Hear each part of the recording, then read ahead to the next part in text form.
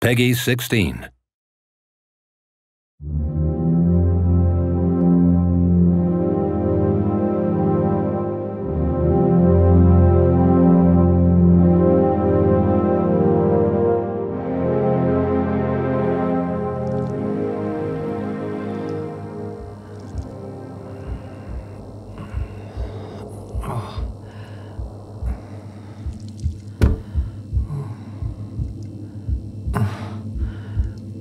Oh, my head.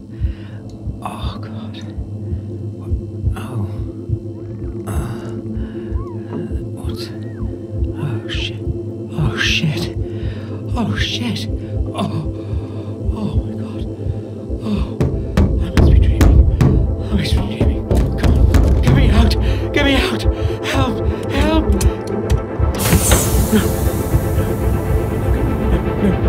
No.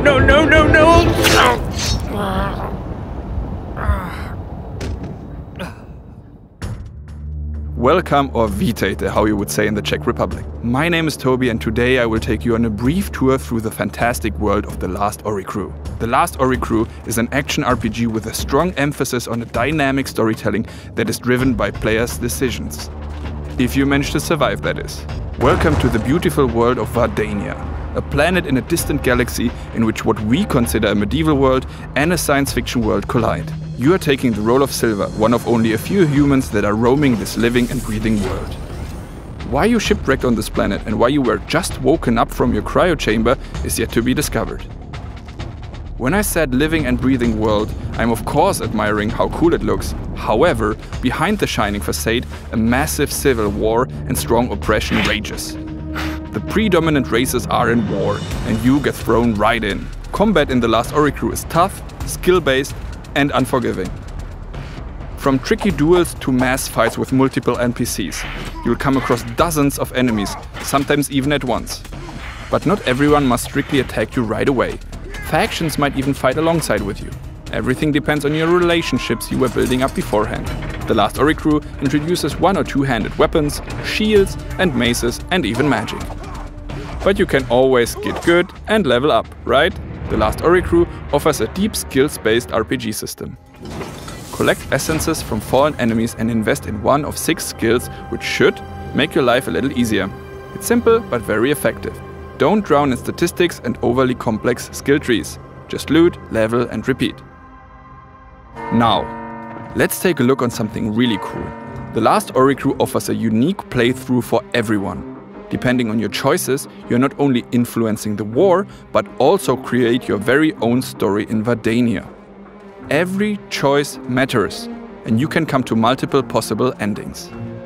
In this situation, the Queen is about to visit the monastery in which we woke up earlier. Our task was to hide one of the illegal magic items from her. There you go. You don't know why, you don't know who those people in the monastery are, neither who that queen is. So you're offered to make a decision. There is no right or wrong, just your way. They do have this. Well, there was a wrong answer for poor Tobias here, but according to your decisions, the story will unfold in a certain way. Okay. Poor Jeffrey here suffers from your decision as well, but this is not a game over. This is your way, and you will have to go with it. But what if we would choose differently? Let's lie about the lightning rods. We end up in the same cellar. Let's call it the safer end. Oh, and see, good Toby is still alive, well, more or less. And our story continues from here. We just showed you 2 options, but believe me, there are way more. Tobias, for instance, needs healing. Will you give it to him? Or will you rather trade it for better equipment? Will you help Toby escape and watch his story unfold? Or do you kill him right in the beginning and loot his corpse? Sorry, Tobes, but money rules the world. The decisions you can make in The Last Oricru are influencing your entire playthrough. If you decide to rather give the medkit to the Ratkins, they will not attack you, but stand on your side. On the contrary, anger them, and you will have more enemies, but also more loot, more XP, but also, well, you know, eventually more deaths. But your decisions don't have to be definite. Remember when I said living and breathing world? I meant it. Life is change, right? And decisions are there to be changed later. In this particular situation, the Ratkins are on our side. Our task is to open the gate and invade the castle together. On our way, we meet the Marshal. He has something to offer to us, which might be more valuable. So we can backstab our new friends. Your decisions will have a direct impact on the world and how people will react to you. You can try to befriend all, which is probably not possible, or you can anger all, which, let's face it, is very possible. However, your choice matters, and that's important. Enough politics. Let's take a look on boss fights.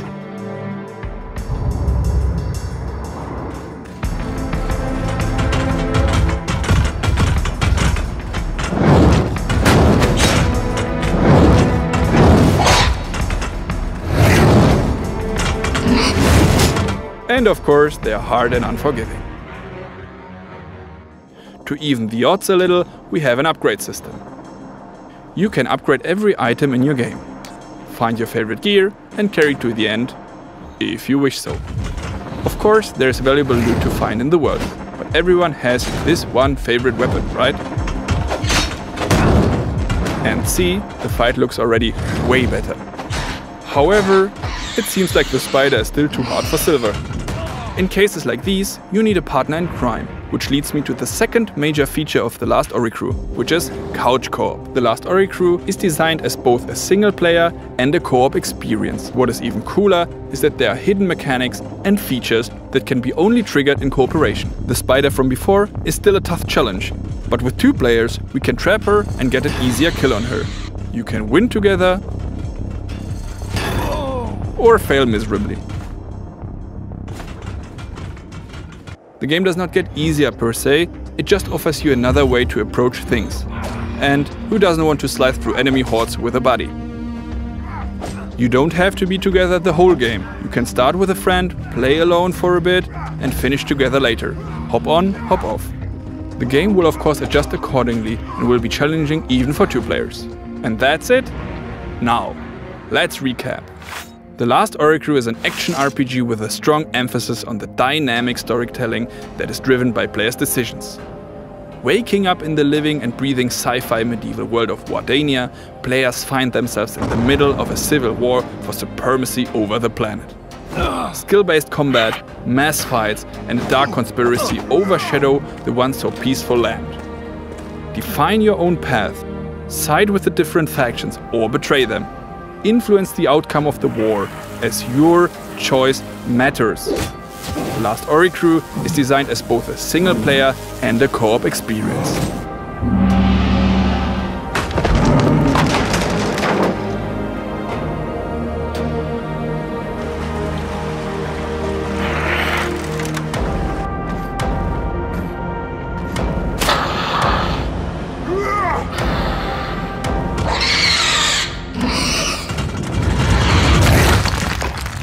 Thank you very much for taking the time, and also time to make some friends since it's co-op. So see you later. Thank you and goodbye.